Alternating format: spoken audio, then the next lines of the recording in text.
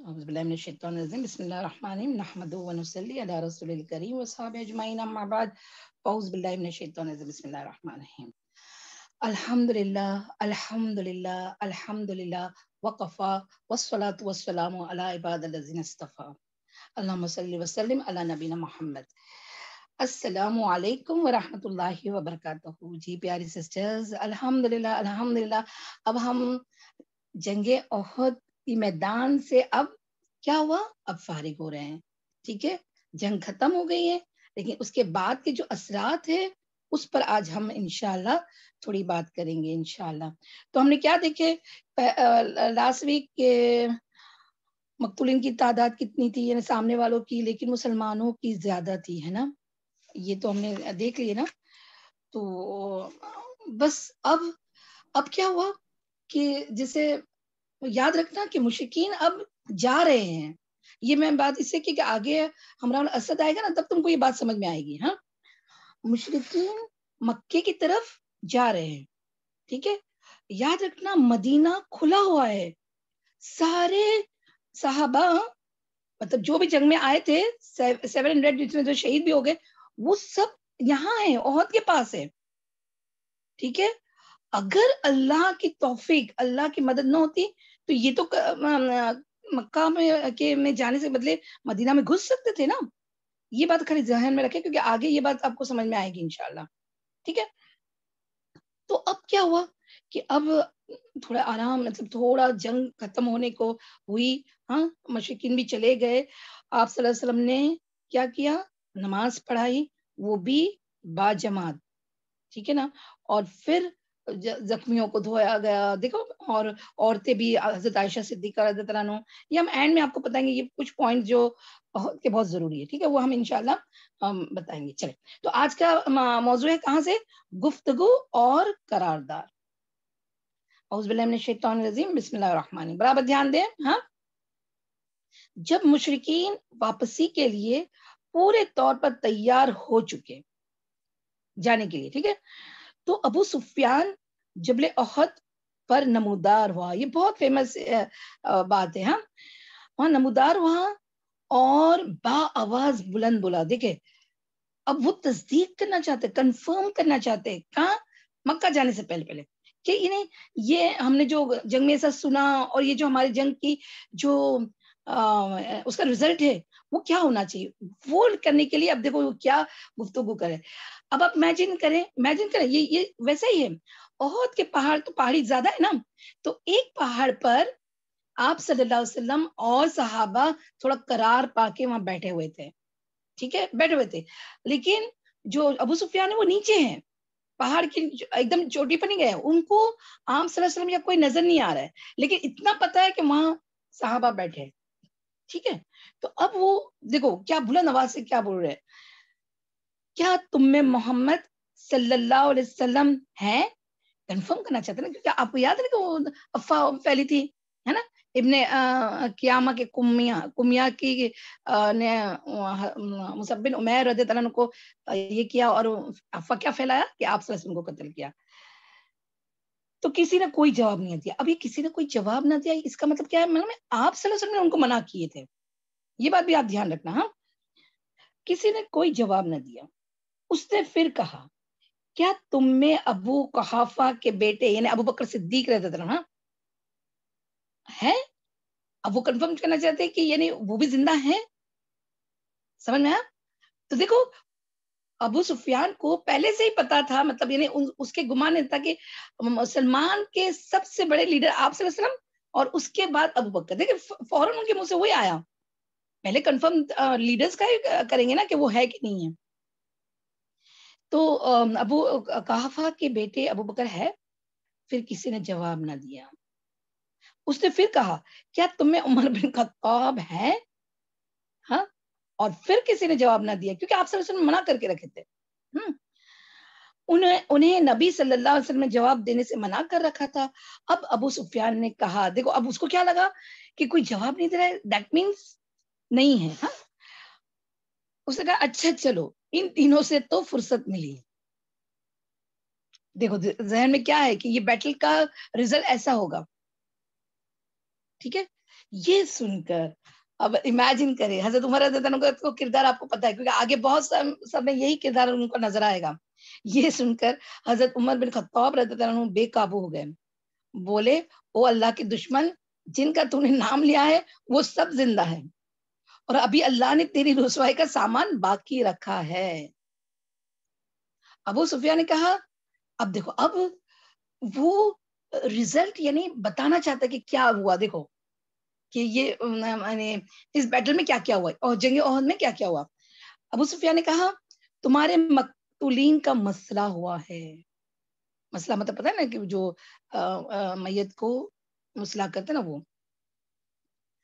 لیکن میں نے اس کا حکم نہیں دیا کیونکہ وہ سردار تھے نا، کی عادت انہی کی عادت میں جنگ احد ہوئی نا، کیپٹن تھے وہ. ٹھیک ہے، تو وہ بولتے کہ میں نے اس کا حکم نہیں دیا تھا اور نہ ہی برا منایا ہے. دیکھ پھر وہ بات، یعنی اگر انہوں نے کر دیا تو میں نے اس کا برا بھی نہیں منایا، نعوذ باللہ، پر میں نے اس کا حکم نہیں دیا تھا. صحیح. پھر نعرہ لگایا، دیکھو اس کا نعرہ کیسا ہے. نعرہ لگایا اگلو حبل، حبل بلند ہو. مانتے تھے نا حبل عزا، ان کی جو منات، ان کے جو بت تھے، اس کا حبل کا نام سب سے پہلے حبل آیا. اب پہلے یاد کرے، حبل کا پتلا آیا تھا مکہ میں. حبل بلند ہو. نبی اکرم صلی اللہ علیہ وسلم نے صحابہ کو جواب سکھلایا.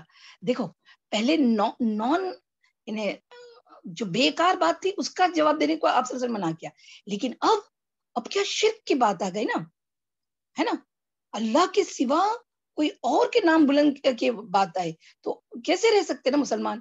تو اب آپ صلی اللہ علیہ وسلم نے صحابہ کو جواب سکھلایا.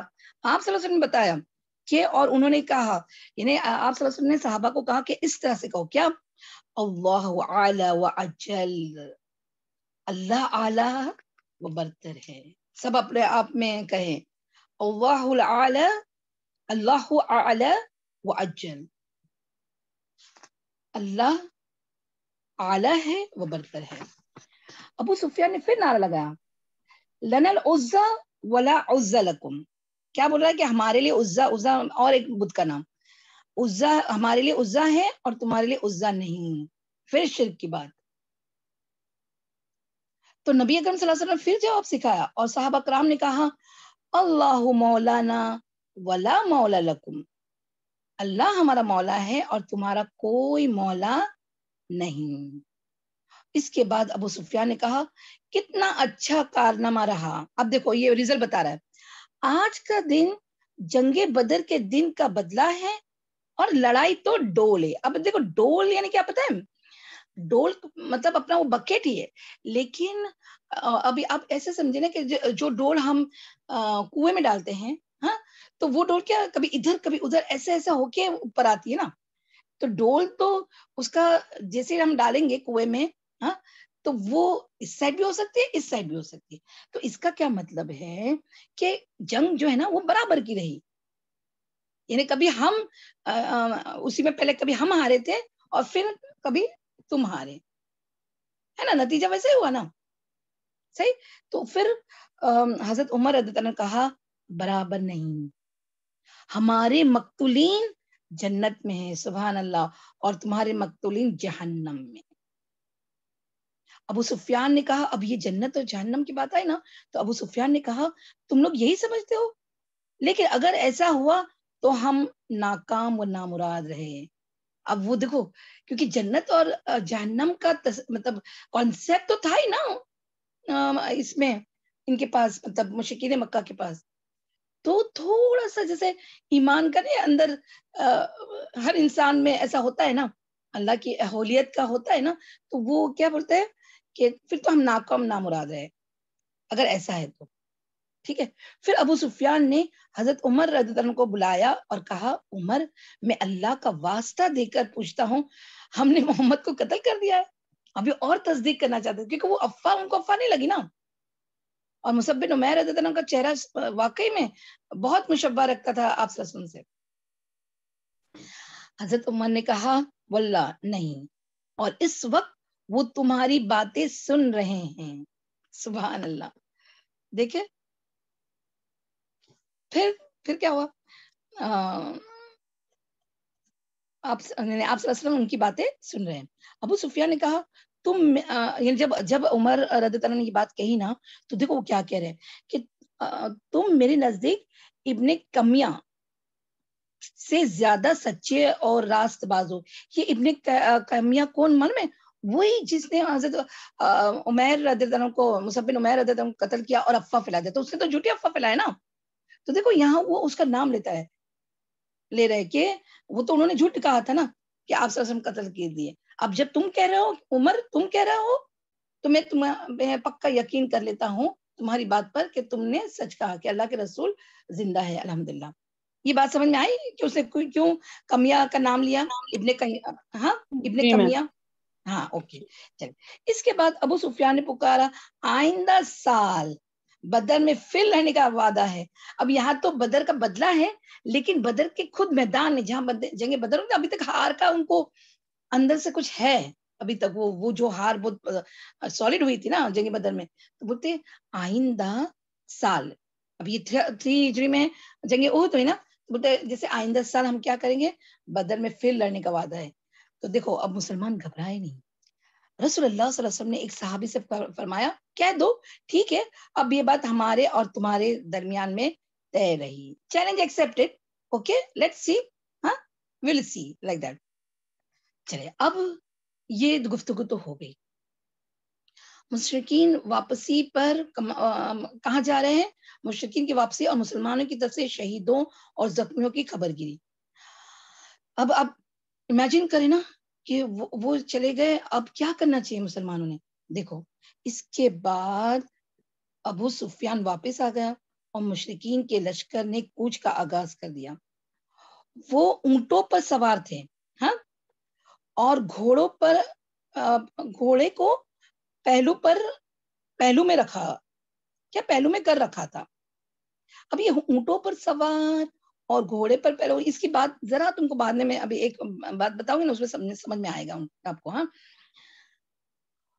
اس کے معنی یہ تھے کہ ان کا ارادہ مکہ کا ہے اور یہ مسلمانوں پر محض اللہ کا فضل تھا. یہ انڈرلائن کریں، یہ مسلمانوں پر محض اللہ کا فضل تھا کیونکہ مشرکین اور مدینہ کے درمیان کوئی نہ تھا جو انہیں مدینہ میں داخل ہونے سے روکتا. لیکن اللہ تعالیٰ نے جو انسان اور اس کے دل کے درمیان حائل ہوتا ہے انہیں پھیر دیا. یعنی یہ اللہ تعالیٰ کی غیبی مدد تھی. بات سمجھ میں آئی؟ یہ اللہ تعالیٰ کی طرف سے غیبی مدد تھی. پھر اس کے بعد مسلمان زخمیوں اور شہیدوں کی کھوج کرنے نکل پڑے. اچھا یہ جو بات ہے نا کہ ابو سفیان گئے آغاز کر دیا، تو اس میں ایک حدیث یعنی ایک بات بھی واقعہ بھی آتا ہے کہ رسول اللہ صلی اللہ علیہ وسلم نے حضرت علی بن ابی طالب رضی اللہ عنہ کو روانہ کیا اور فرمایا قوم مشرکین کے پیچھے پیچھے جاؤ اور دیکھو وہ کیا کر رہے ہیں اور ان کا ارادہ کیا ہے. اگر انہوں نے گھوڑے پہلو میں رکھے ہیں اور اونٹوں پر سوار ہو تو ان کا ارادہ مکہ کا ہے، اور اگر گھوڑوں پر سوار ہو ہاں اور اونٹ ہانک کر لے جائیں تو مدینے کا ارادہ ہے. یعنی کیا سمجھ میں آیا آپ لوگوں کو کہ گھوڑے پر تو ایسا سوار ہے نا کہ جلدی جانے کا ارادہ ہے کہ جلدی سے مدینہ میں گھس جائے. یہ بات سمجھ میں آئی؟ میں نے ابھی بتایا تھا نا آپ کو. اور اونٹوں پر سوار ابھی آرام سے وہ لوگ مکہ ہی جا رہے ہیں. گھوڑے کو ساتھ میں پہلو پہ رکھے کہ وہ بھی دھیرے دھیرے ان کے ساتھ قافلے کے ساتھ چلتا رہے. یہ بات سمجھ میں آئی؟ جی میم الحمدللہ. جی میم. ہاں اچھا جی. ٹھیک ہے. پھر فرمایا اس ذات کی قسم جس کے ہاتھ میں میری جان ہے، اگر انہوں نے مدینے کا ارادہ کیا تو میں مدینہ جا کر ان سے 2 ہاتھ کروں گا. حضرت علی رضی اللہ عنہ کا بیان ہے کہ اس کے بعد میں نے ان کا پیچھے نکلا تو دیکھا کہ انہوں نے گھوڑے کو پہلو میں کر رکھے ہیں، اونٹوں پر سوار ہے اور مکے کا رخ ہے. سبحان اللہ. چلے تو پھر آگے کیا ہوا؟ اب دیکھو اب جو 70 صحابہ جو شہید ہوئے، اب ان کی خبر گیری کرنے کے لیے خود رسول اللہ صلی اللہ علیہ وسلم بذات خود جنگ احد جنگ کے میدان میں اب سب کو دیکھ رہے ہیں. سبحان اللہ. کتنا غمگین، یعنی بہت آپ صلی اللہ علیہ وسلم کو بہت غمگین لگا تھا. چلیے ہم آگے پڑھتے ہیں. اس کے بعد مسلمان زخمیوں اور شہیدوں کی کھوج خبر لینے کے لیے میدان پہ اتر آئے. بعض لوگوں نے بعض شہیدوں کو مدینہ منتقل کر دیا. یعنی کیا کیا کہ جب ہو گیا تو ان کو لگا کہ ہمارے یہ شہید مطلب ہمارے اپنے ہیں تو ہم ان کو مدینہ جا کر دفنا دیں گے. ہاں وہ شہداء کو آپ صلی اللہ علیہ وسلم نے حکم دیا انہیں ان کی شہادت گاہوں میں واپس لایا جائے اور سارے شہداء کو غسل اور نماز کے بغیر ان کے کپڑوں ہی میں اندر دفن کر دیا جائے. دیکھو اور یہ کتنی بڑی حکمت ہے. اب ہم نے تو ابھی یہ دیکھے نا کہ دیکھو احد کے پاس جب ہم رہتی دنیا تک پتہ چلے گا کہ یہ جو جگہ ہے احد کی, یہاں ہمارے 70 صحابہ کیا ہوئے تھے, شہید ہوئے تھے. تو ایک جگہ پر وہ یاد تو تازہ ہو جائے گی نا. آپ دیکھتے نا کہ کتنے ہمیں پتہ نہیں آپ لوگوں کا کیا حال ہوگا, لیکن آپ ضرور اس کو محسوس کریں کہ جب وہاں جنگ یعنی میدان احد کے پاس جب ہم جاتے ہیں نا تو رکت طاری ہو جاتی ہے دیکھ کے. اور یہ بھی یاد رکھنا کہ وہاں حضرت حمزہ رضی اللہ عنہ آپ صلی اللہ علیہ وسلم کے چچا, ان کی بھی قبر مبارک ہے. سب کی سب شہداء کو وہیں دفن کیا. تو دیکھو اگر یعنی ایک جنرل ایک اپنی جنرل بات کہ اگر مدینہ میں دفن کرتے ہیں ہاں تو وہاں بھی تو شہداء ہے ہی, لیکن وہ مرتبہ جو جنگ احد میں شہداء کو ملا ہے, کیونکہ آپ صلی اللہ علیہ وسلم دیکھو آگے کیا فرما رہے ہیں وہ بھی ہم ابھی بیان کریں گے, تو وہ تو نہیں ہوتا نا. تو اس وجہ سے آپ صلی اللہ علیہ وسلم نے ان کو واپس بلائے, مدینہ جو لے کے گئے تھے نا اپنے شہید کو, ان کو واپس بلائے. ہاں اور آپ کو پتا ہے نا شہید کی غسل نہیں ہوتی ہے. تو پھر آپ صلی اللہ علیہ وسلم نے کسی کے تو کپڑے کے بدلے کفن دیا گیا تھا, ہاں لیکن کپڑے وہی رکھے تھے. ابھی دیکھیے کیا ابھی آگے آئے گا انشاءاللہ. انہیں کے کپڑوں میں دفن کر دیا جائے. آپ صلی اللہ علیہ وسلم نے دو اور تین شہیدوں کو ایک ہی قبر کے اندر دفن کیا. آپ امیجن کریں وہ جو وہاں تو جالی لگ گئی ہے نا ابھی تو, ایک ہی قبر میں تین لوگ بھی ہیں وہاں. اور بسا اوقات 2 شہیدوں کو ایک ہی کپڑے کے اندر جمع فرمایا. کفن کی بھی کتنی کمی دیکھو, ایک کفن کے اندر 2 شہید, اور درمیان میں اسکر گھاس ڈال دی اور لحد میں اس شخص کو آگے کیا. اب یہ انڈر لائن کرے, لحد میں اس شخص کو آگے کیا جسے قرآن زیادہ یاد تھا. اب دیکھو قرآن کے حفظ کا مرتبہ دیکھو, اور خالی حفظ نہیں آئے گا اس میں, ہاں اس میں تفسیر اس کی ہر چیز آئے گی قرآن کی, صرف یہ نہیں آئے گا.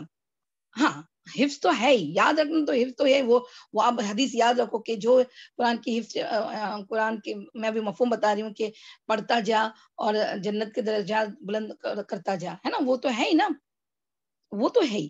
لیکن دیکھو قرآن کو پڑھنے والے, سیکھنے والے, حفظ کرنے والوں کے مرتبہ دیکھو. لحد میں اگر 2 3 بھی ہیں تو پہلے کس کو اتارا جائے گا, جس کو قرآن زیادہ یاد ہے, یاد رکھتا تھا, حافظ قرآن ہو, علم قرآن ہو, عالم قرآن ہو. اللہ تعالیٰ ہمیں اس میں شامل کر دے, ہے نا, انشاءاللہ, آمین یا رب العالمین. اور فرمایا کہ میں ان لوگوں کے بارے میں قیامت کے روز گواہی دوں گا. شہداء کے اوپر آپ صلی اللہ علیہ وسلم گواہی دیں گے. سبحان اللہ. اچھا پھر کیا ہوا, آگے ہے کہ لوگوں نے حنزلہ بن ابی عامر, ابھی ہم نے پہلے پڑھ چکے ہیں, ہے نا, حنزلہ کون, حنزلہ بن ابی عامر رضی اللہ عنہ کی لاش اس حالت میں پائی کہ وہ زمین سے اوپر تھی اور اس سے پانی ٹپک رہا تھا. سبحان اللہ. نبی اکرم صلی اللہ علیہ وسلم فرمایا فرشتے انہیں غسل دے رہے ہیں. لیکن اس کے بیچ میں ایک بات یہ بھی آتی ہے کہ آپ صلی اللہ علیہ وسلم نے پوچھا صحابہ سے کہ دیکھو تو صحیح کہ ان کی جو وائف, ان سے پوچھو کہ یہ کیا, یعنی یہ کیا جنگ کے پہلے کیا مطلب کیا ہوا تھا, تو کیا معاملہ تھا, کیا واقعہ تھا. تو اس نے بولے کہ وہ ہماری شادی ہوئی اور ازواجی زندگی کے تعلقات قائم ہوا اور اعلان ہوا نا, ویسے غسل کرے بغیر, جنابت کا غسل کرے بغیر وہ جنگ میں چلے گئے تھے اور جنگ میں شہید ہو گئے. آپ کو پتا نا یہ جنگ تو صرف دوپہر کے بعد شروع ہوئی اور رات تک تو ختم ہو گئی تھی. میں آگے انشاءاللہ یہ پوائنٹ میں بتاؤں گی انشاءاللہ, ٹھیک ہے. تو اسی لیے فرشتے انہیں غسل دے رہے ہیں. ان کا واقعہ یہ تھا کہ انہوں نے اپنی نئی شادی کی تھی اور بیوی کے ساتھ ہی تھے کہ جنگ کی پکار پڑ گئی. وہ بیوی کو چھوڑ کر سیدھے میدان جنگ میں آ گئے اور پھر حالت جنابت ہی میں لڑتے ہوئے شہید ہو گئے. لہٰذا فرشتوں نے انہیں غسل دیا اور اسی لیے وہ غسیل الملائکہ، اب یہ نام یاد رکھیں گے نا، غسیل الملائکہ، فرشتوں کے غسل دیے ہوئے کہلاتے ہیں. سبحان اللہ. حضرت حمزہ رضی اللہ عنہ، ان کا نام ہی لیتے اپنے کو رونا آتا ہے نا. حضرت حمزہ رضی اللہ عنہ کو اتنی چھوٹی چادر میں کفنایا گیا نا. ان کا کفن اتنا چھوٹا تھا کہ اگر سر ڈھانکا جاتا تو پاؤں کھل جاتے اور پاؤں ڈھانکے جاتے تو سر کھل جاتا تھا. چنانچہ پاؤں پر ازکر گھاس، یعنی ایک ٹائپ کی ازکر از اے ٹائپ آف گراس، تو ازکر گھاس ڈال دی گئی. یہی صورتحال مصعب بن عمیر رضی اللہ عنہ کے ساتھ بھی پیش آئی ہے. یہ جو حمزہ رضی اللہ عنہ ہے نا، بس ایک بات آپ کو اور بتاتے چلوں کیونکہ وہ واقعہ ہمیشہ ملتا ہے سیرت کی کتابوں میں. میں فٹافٹ پڑ جاتی ہوں. کیا رسول اللہ صلی اللہ علیہ وسلم نے اپنے چچا حضرت حمزہ رضی اللہ عنہ کا حال دیکھا تو سخت غمگین ہوئے. آپ کی پھوپھی، یاد رکھنا، آپ کی پھوپھی حضرت صفیہ رضی اللہ عنہ تشریف لائی. کہاں؟ جنگ میں احد کے وقت اندر ہی. وہ بھی اپنے بھائی، کیونکہ یہ حمزہ رضی اللہ عنہ حضرت صفیہ رضی اللہ عنہ کے ریئل بھائی تھے. مطلب وہ بولتے نا جیسے عبداللہ ابو طالب کے ریئل برادر تھے، ایک ہی ماں کے، اسی طرح حضرت صفیہ جو تھی رضی اللہ عنہا وہ حمزہ رضی اللہ عنہ کی سگی بہن تھی. ٹھیک ہے. حضرت صفیہ رضی اللہ عنہ تشریف لائی. وہ بھی اپنے بھائی حضرت حمزہ رضی اللہ عنہ کو دیکھنا چاہتی تھی، لیکن رسول اللہ صلی اللہ علیہ وسلم نے ان کے صاحبزادے حضرت زبیر رضی اللہ عنہ کو سے کہا کہ انہیں واپس لے جائیں، وہ اپنے بھائی کا حال نہ دیکھ لیں. مگر حضرت صفیہ رضی اللہ عنہ نے کہا آخر ایسا کیوں؟ مجھے معلوم ہو چکا ہے کہ میرے بھائی کا مسئلہ کیا گیا ہے، لیکن یہ اللہ کی راہ میں ہے، اس لیے جو کچھ ہوا ہم اس پر پوری طرح راضی ہیں. میں ثواب سمجھتے ہوئے انشاءاللہ ضرور صبر کروں گی. اس کے بعد وہ حضرت حمزہ رضی اللہ عنہ کے پاس آئی، انہیں دیکھا، ان کے لیے دعا کی، انا للہ و انا الیہ راجعون پڑھی اور اللہ سے مغفرت مانگی. پھر رسول اللہ صلی اللہ علیہ وسلم نے حکم دیا کہ انہیں حضرت عبداللہ بن جحش رضی اللہ عنہ کے ساتھ دفن کر دیا جائے. وہ حضرت حمزہ رضی اللہ عنہ کے بھانجے بھی تھے، ہاں، اور رضائی بھائی بھی تھے. کون؟ حضرت عبداللہ بن جحش. ٹھیک ہے. حضرت ابن مسعود رضی اللہ عنہ کی بیان ہے کہ رسول اللہ صلی اللہ علیہ وسلم نے حضرت حمزہ رضی اللہ عنہ کو حمزہ بن عبد المطلب رضی اللہ عنہ پر جس طرح روئے اس سے بڑھ کر روتے ہوئے ہم نے آپ صلی اللہ علیہ وسلم کو کبھی نہیں دیکھا. آپ سوچے نا کہ اپنے چچا کو دیکھے اور ان کا مسئلہ کیا گیا تھا، اتنا وہ منظر کیسا ہوگا آپ امیجن بھی نہیں کر سکتے. تو یہ صحابی فرما رہے ہیں کہ اس دن ہم نے آپ صلی اللہ علیہ وسلم کو بہت روتے ہوئے دیکھا. آپ صلی اللہ علیہ وسلم نے انہیں قبلے کی طرف رکھا، پھر ان کے جنازے پر کھڑے ہوئے اور اس طرح روئے کہ آواز بلند ہوئی، یعنی وہ رونے کی آواز اتنی تھی. اور یہاں پر اور ایک بات بتاتے چلو کہ حضرت صفیہ رضی اللہ عنہ کفن لے کے آئی تھی، ان کے پاس 2 کفن تھے. تو باجو میں انصار تھے، انصاری کے میت بھی دیکھی، مطلب وہ بھی شہید کو دیکھا. تو کہنے لگی کہ ان کے پاس تو ایک بھی نہیں ہے، تو وہ ایک ہی لائے اور وہ ذرا چھوٹا ہو گیا حمزہ رضی اللہ عنہ کے لیے. یہ بات سیرت میں آتی ہے. ٹھیک ہے. چلیں اب اپنے چیپٹر پہ آ جاتے ہیں. جانب مدینہ اور اندرون مدینہ.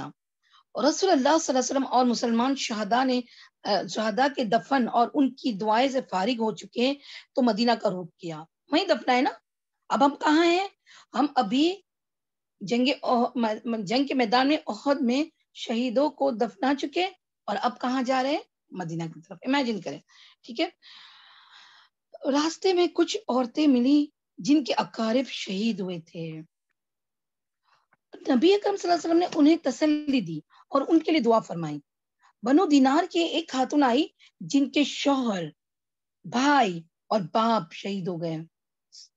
امیجن، ہسبینڈ، بردر، فادر، 3 مرد شہید ہو گئے تھے.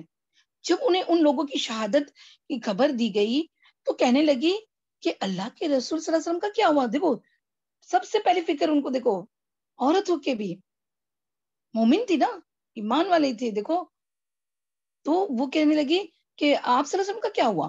لوگوں نے کہا آپ بحمد اللہ جیسا تم چاہتی ہو ویسا ہی ہے. کیسا چاہتی ہو؟ یعنی آپ صلی اللہ علیہ وسلم کو کچھ نہ ہو، آپ یہ چاہتے نا، الحمدللہ آپ صلی اللہ علیہ وسلم ویسے ہی ہے. خاتون نے کہا ذرا مجھے آپ صلی اللہ علیہ وسلم کو دکھلا دو. لوگوں نے انہیں اشارے سے بتلایا.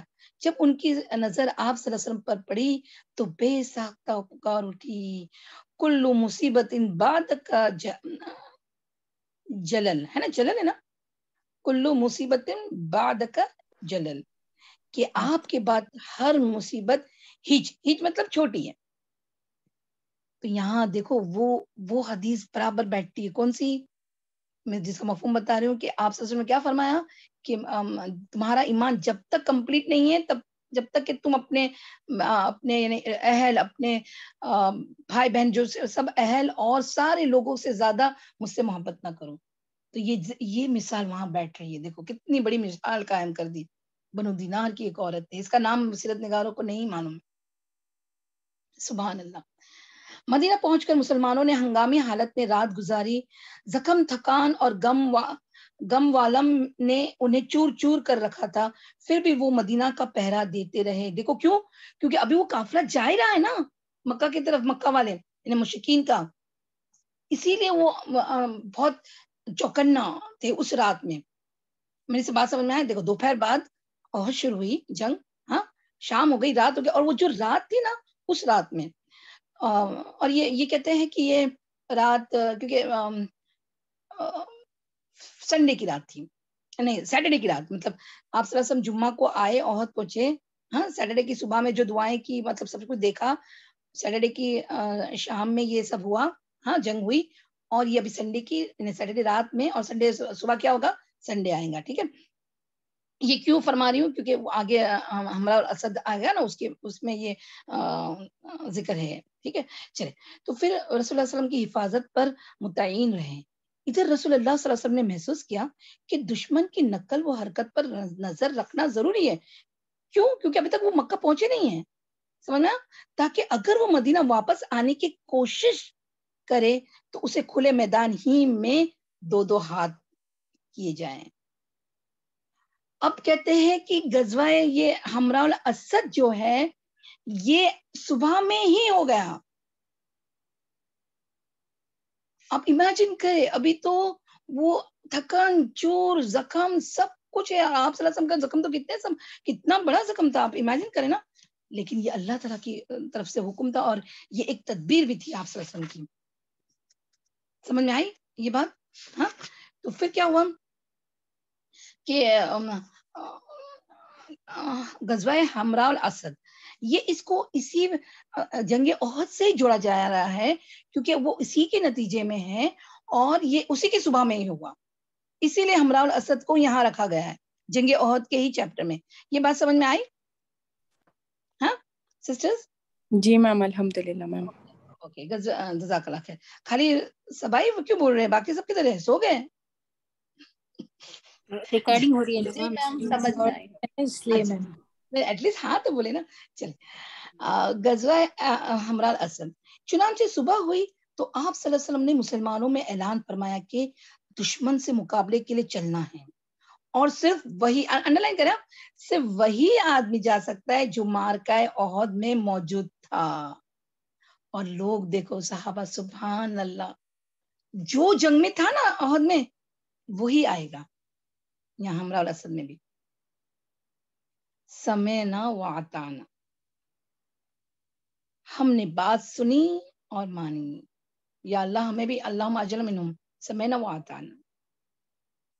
صحیح نا بیٹا؟ اذان ہو رہی ہے، تھوڑا سی ریکارڈنگ یہ کر رہے ہیں.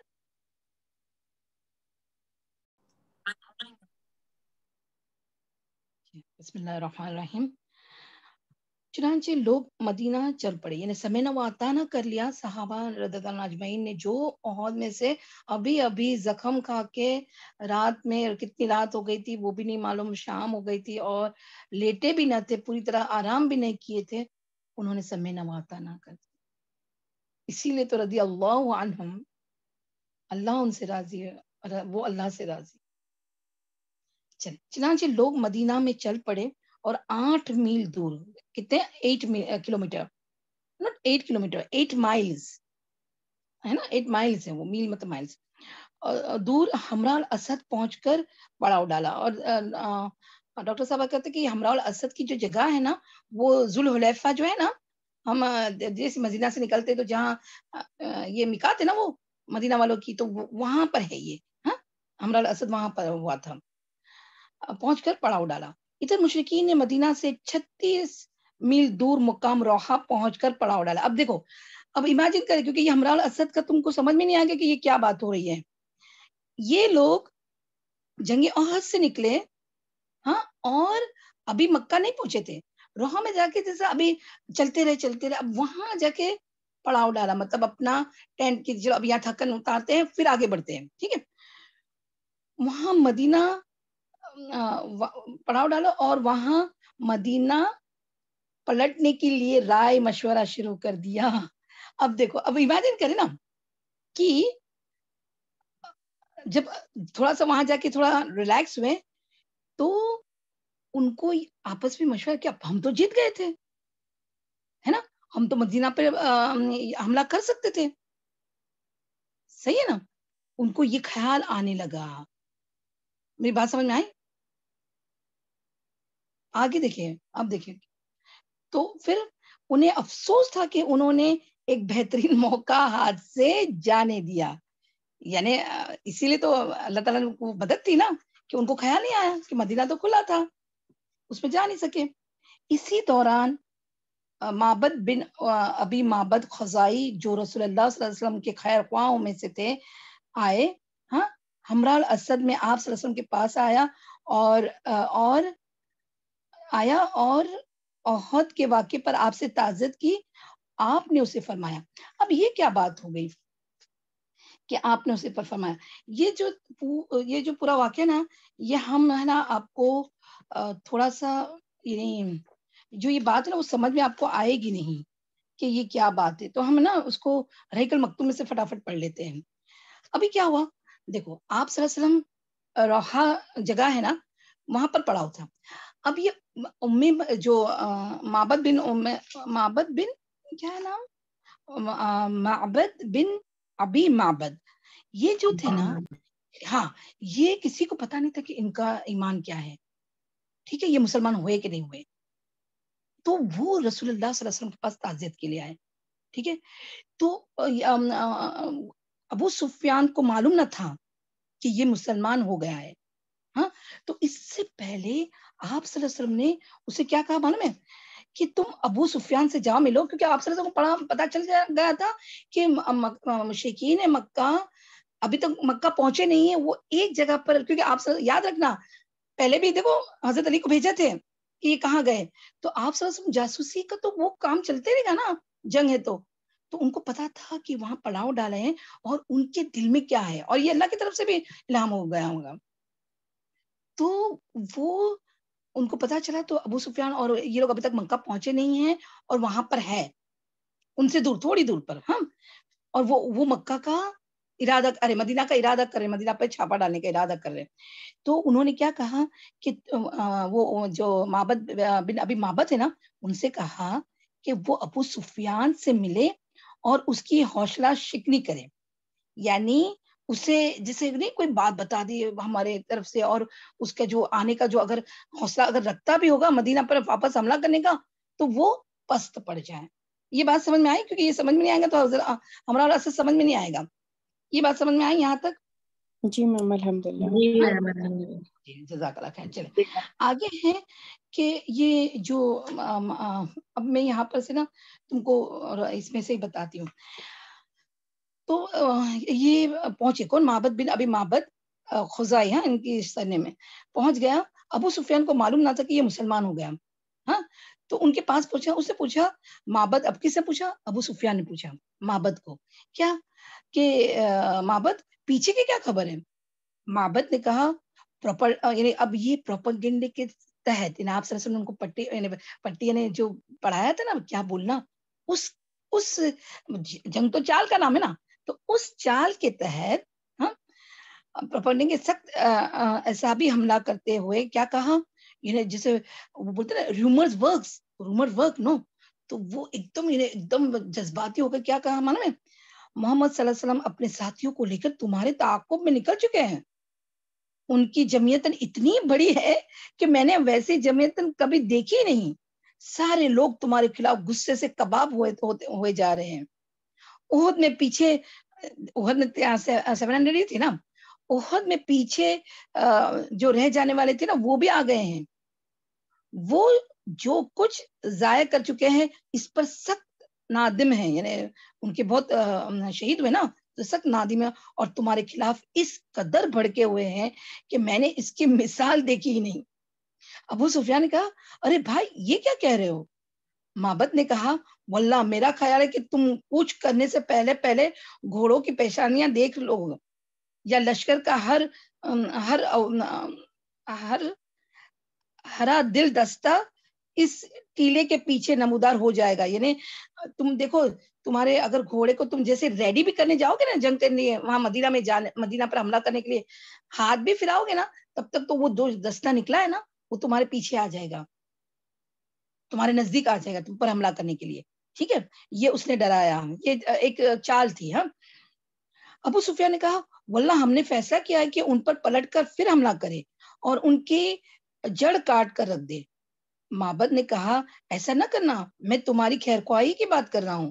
یہ باتیں سن کر مکی لشکر جو وہاں تھا نا, ابھی تک مکہ گیا نہیں نا مشرکین, مکی لشکر کے حوصلے ٹوٹ گئے, ان پر گھبراہٹ اور رعب طاری ہو گیا, اور انہیں اسی میں عافیت نظر آئی کہ مکے کی جانب اپنی واپسی جاری رکھے. البتہ ابو سفیان نے اسلامی لشکر کو تعاقب کر, اب دیکھو وہ جو خبر ملی تھی نا کہ وہ لوگ آ رہے ہیں, ہاں معبد نے جو کہا اس حساب سے اب یہ بھی ایک چال چل رہا ہے. کون؟ ابو سفیان. دیکھو کیا چال چل رہے. ابو سفیان نے اسلامی لشکر کی تعاقب کو سے باز رکھنے, ان کو آنے سے روکنے کے لیے اس طرح دوبارہ مسئلہ ٹکراؤ سے بچنے کے لیے پروپیگنڈے کے ایک جوابی ایسا بھی حملہ کیا, کیا جس کی صورت یہ تھی کہ ابو سفیان کے پاس ایک پاس سے قبیلہ عبد القیس کا ایک قافلہ گزرا. اب معبد کو آپ صلی اللہ علیہ وسلم بھیجا اس سائڈ والوں کے, ہاں مسلمانوں کے سائڈ.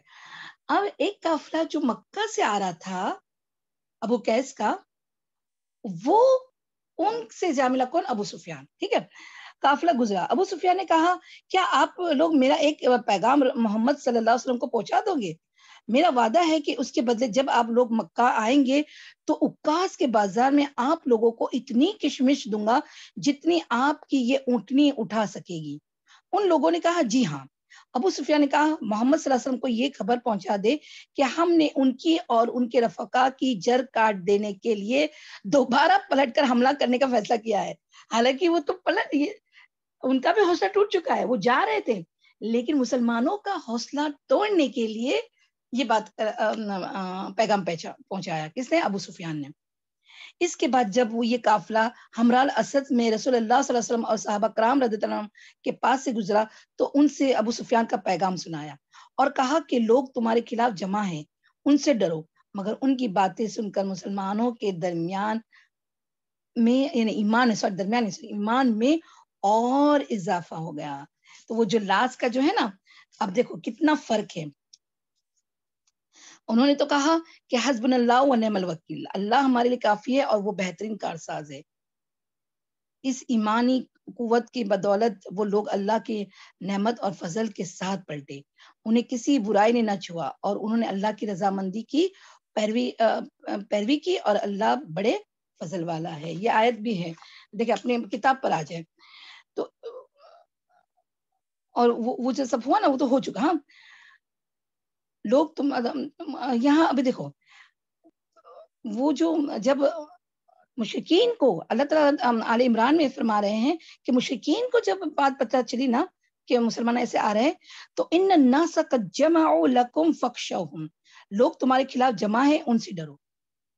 ہاں لیکن وہ ڈر گئے، لیکن جب مسلمانوں سے یہ کہا گیا تو تاکہ مسلمان ان کے تعاقب نہ کرے اور خود جلدی سے مکہ کوچ کر لے، جہاں تک کہ مسلمانوں کا تعلق ہے تو یہ دھمکی ان پر کچھ اثر انداز نہ ہے، بلکہ فزدہم ایمانا وقالوا حسبنا اللہ ونعم الوکیل. حسبنا اللہ ونعم الوکیل کس کی دعا ہے بتاؤ؟ ابراہیم علیہ السلام کی. ابراہیم علیہ السلام جب آدمی تھے. ویری گڈ ہے نا. تو یہاں پر بھی صحابہ یہی فرما رہے ہیں، اور یہ قرآن کی آیت ہے آل عمران، ٹھیک ہے، آیت نمبر 173. اس یعنی اس بات نے کہ وہاں وہ تمہارے پاس جمع ہو کے آ رہے، اس بات نے اس نے ان کے ایمان کو اور بڑھا دیا، اور انہوں نے کہا اللہ ہمارے لیے کافی ہے اور بہترین کارساز ہے. فانقلبوا بنعمت من اللہ وفضل لم یمسسهم سوء واتبعوا رضوان اللہ واللہ ذو فضل عظیم. 174 میں اللہ تعالیٰ فرماتے ہیں چنانچہ وہ اللہ کی نعمت اور فضل کے ساتھ پلٹے، انہیں کسی برائی نے نہ چھوا، اور انہوں نے اللہ کی رضامندی کی پیروی کی، اور اللہ بڑے فضل والا ہے. یہاں پر دیکھیں ختم ہو رہا ہے الحمدللہ الحمدللہ. جنگ احد کا ہر بات، یعنی کتنی بڑی جنگ اور اتنے سارے ہمارے پیریڈ بھی گئے، رائٹ. لیکن خیر بس اس کا اب کنکلوژن کے لیے، اچھا اب خالی یہ ہمراہ الاسد کا خالی ایک بات کنکلوژن بتاتے کہ یہ جو ہمراہ الاسد ہوا نا، یہ مسلمانوں کی جو انہیں ان کو احد میں شکست کھانی پڑی اور جو حوصلہ کم ہوا تھا، ان کے جو غم تھا اس کو بڑھا، میں نے اس کی ایک ازلا کے لیے اللہ تعالیٰ نے یہ مسلمانوں کو یہاں بھیجا. کیوں؟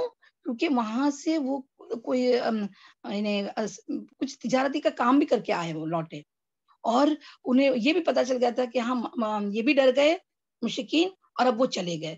تو ذرا اب امیجن کریں نا کہ ان کا حوصلہ بھی اور بلند ہو گیا. اللہ تعالیٰ نے یہ انہی کے حوصلے کو بلند رکھنے کے لیے ہمراہ الاسد کیا گیا تھا. اور کیا ان مع العسر یسرا، وہ تنگی تھی اس کے بعد دیکھے آسانی ہوئی. سبحان اللہ. وہاں پہ کچھ تجارت بھی کر کے وہ خیر و خرم واپس آئے. ٹھیک ہے.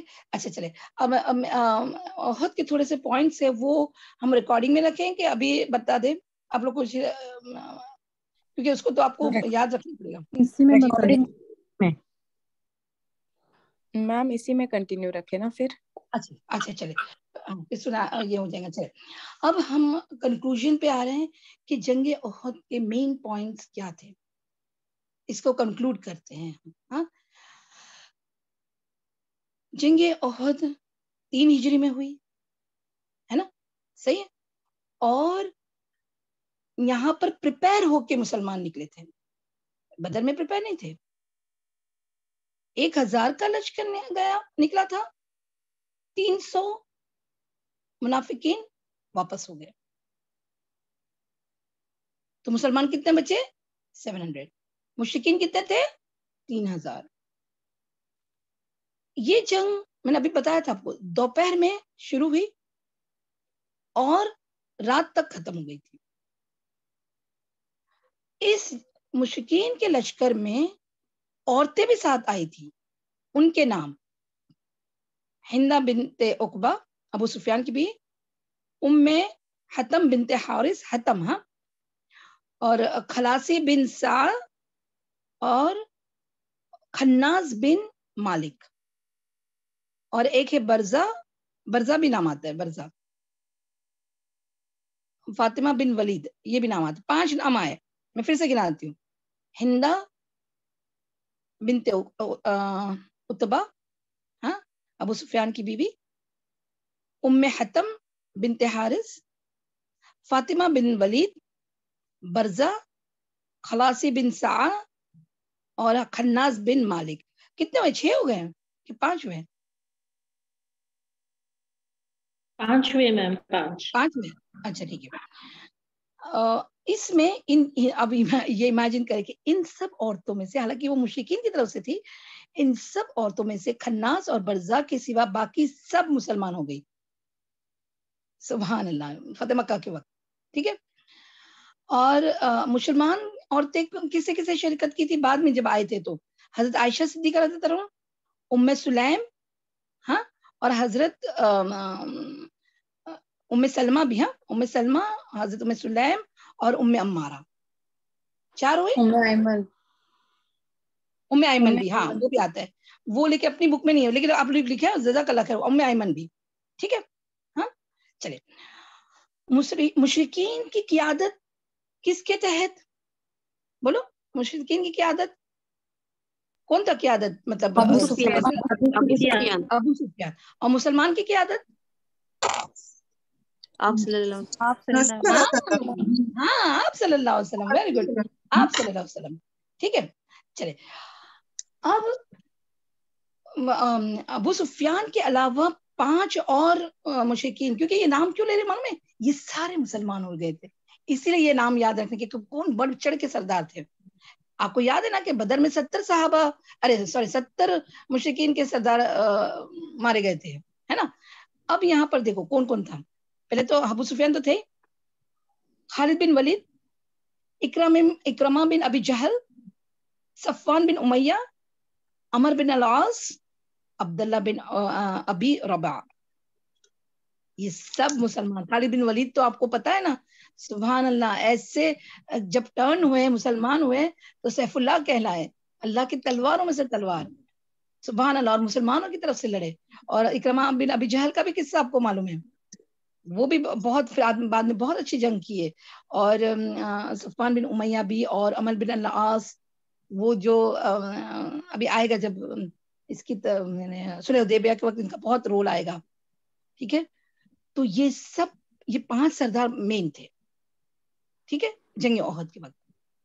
اچھا، یہ احد کے وقت یہ لوگ بہت برگزر، یعنی بہت ایک دم شجاعت کے ساتھ مسلمانوں کے خلاف لڑے.